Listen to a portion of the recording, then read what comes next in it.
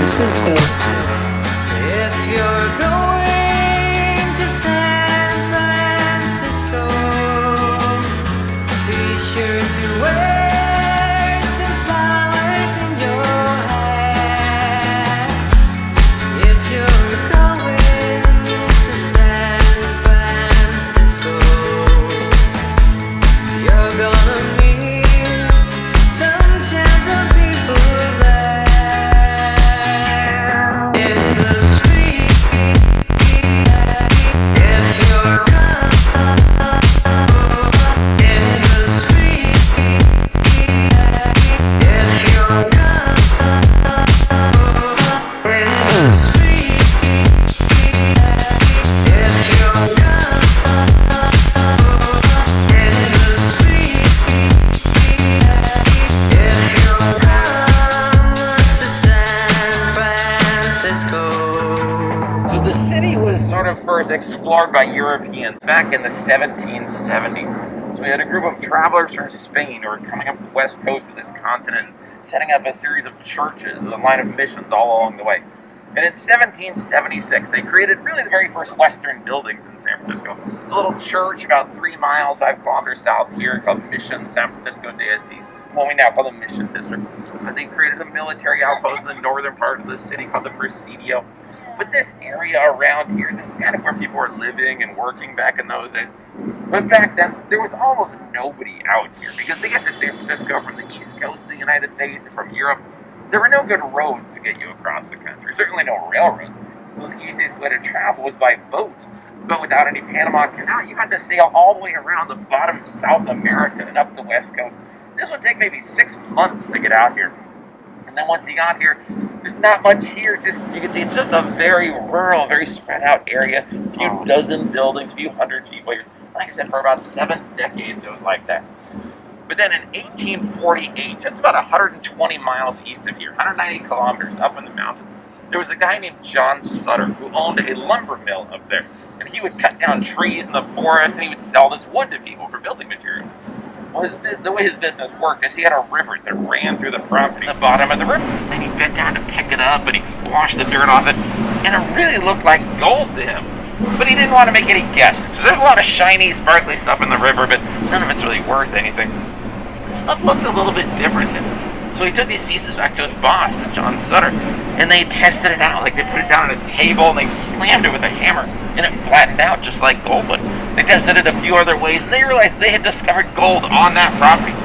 Now at that moment, John Sutter, the boss, he closed the door, and these guys agreed, we are not going to tell anybody else about this gold. Now, of course, if you find gold, you're not going to be able to keep this a secret. So one person might tell one person, and then another person found out another person. The secret started getting out a little bit. We're still pretty isolated here off in the mountains. But just down the road from there, this guy named Sam Brannan was living there. And Sam Brannan owned a little general store, supply store in the area there. Before Brannan came down here and told everybody about this gold, he went around to every supply store in the region and bought every shovel, every axe, pick, tent, sleeping bag, anything you might possibly need to become a gold miner. Sam Brannan now owned it, and he owned the one store between here and the gold field. So he would take these items and make them incredibly expensive. Like a little metal shovel he'd buy just for digging in the dirt. He would buy it for maybe 25 cents back in those days. And he would sell it for about $35. $35 in today's money. Creating what we now call the California Gold Rush. So this is really where our story begins. This is where the city of San Francisco begins. So if you had committed a crime somewhere around the country or around the world, you might say, I don't really want to go to jail, so I'm going to jump on a ship and escape back to San Francisco, start a new life here. But there were also a lot of former prisoners, ex-convicts. Sometimes governments would decide we don't want all these prisoners in the prisons here, and they would just put them on a ship and send them out to San Francisco here. If you're going to San Francisco, you're gonna meet some chance of people there. In the street,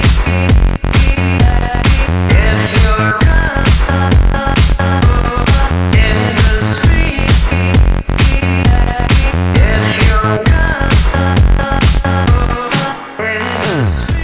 So this is the lot of these entry gates in Chinatowns around the country and around the world, a lot of them are kind of just touristy gates here. This is a really official, authentic one here. So all the materials, the stone, the wood, these really amazing green tiles, they were created by Taiwanese artists. The gate was given to this neighborhood as a gift from the Taiwan government here, meant to just welcome you into the neighborhood. For about 90 seconds straight, this earthquake damaged and destroyed a number of buildings here. Fire ended up burning through the city for 3 straight days. About 75% was just gone after that. They wanted to make it look a little bit more, Chinese, you could say. Well, it's not really an authentic architectural style. A lot of these really colorful, bright paintings, like you see behind you here. And what's interesting is they actually change all the time. Every couple of years, the murals will get painted over and recreated. And so this is one of the more recent ones. So this was painted last year. You can see a big image of a pig down in the middle here. That's every Chinese New Year represents a new animal. So 2019 was the year of the pig. So they area. So the neighborhood is it's really proud of the street map here. Now what you can see is, in addition to these big main streets, it's all these little tiny alleyways that just run for half a block, something like that. And he started taking these little slips of paper and writing little thank you notes on them. Thank you for visiting, I appreciate your support, that kind of thing. And so as he was baking these cookies in the oven, he would take them out and put these little slips of paper in there and fold them over. And so when you have your tea ceremony, you have these little Japanese teas, you get a little cookie with a little piece of paper in it. So you bite in and there's a little handwritten thank you note there. So that's a really nice thing. But people started asking for this around the area. Well, a lot of the Japanese immigrants were opening restaurants during that time. But the thing is, if I told you back in like 1925 that I'm going to take you to this Japanese restaurant, you know what you're going to have there? Raw fish. Not a very popular thing back in the 1920s. They had no idea what sushi was. They were totally missing out. Also, the Japanese immigrants who were trying to open restaurants, Japanese cuisine was not really catching on. And so Japanese people started opening Chinese restaurants around here because they knew people liked that. And so even in Chinatown, there would be Japanese immigrants opening Chinese restaurants. And so they bring these little cookies from the Japanese tea garden into this area. So you'd have your Chinese meal owned by a Japanese immigrant, and you get a little fortune cookie in there with it. So that's how it started to spread around Chinatown. And once it became popular here, it's going to spread around the world here. So it kind of grew from strange beginnings all around the world. So now you go to just about any Chinese restaurant in the world, you get a little fortune cookie, it started right over a couple of miles away here. But we do have what we call the Golden Gate Fortune Cookie Factory. So this is where they make a lot of these fortune cookies here. And so we can take a look. It's just a little tiny building here, but you can kind of take a look inside. And you're welcome to go inside. You can see how these cookies are made. If you're going to San Francisco, you're gonna meet some chance of people there. This is where you go to kind of slow things down a little bit. So you come to North Beach, and this is where you can go to a cafe, get a little coffee, and just sip on it with some friends at the sidewalk cafe, that kind of thing here. So the world is just all a little bit slower around this neighborhood. This neighborhood has always been a really fantastic one for culture, for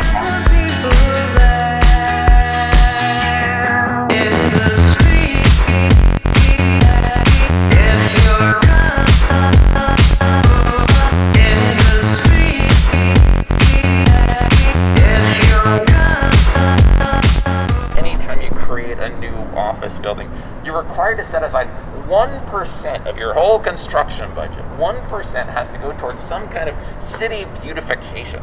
And that can go towards the architecture of a building, just make it look more interesting. It can go towards the public art projects, sculptures, murals, fountains. You just have to do something to add to the beauty of San Francisco. In the street, if you're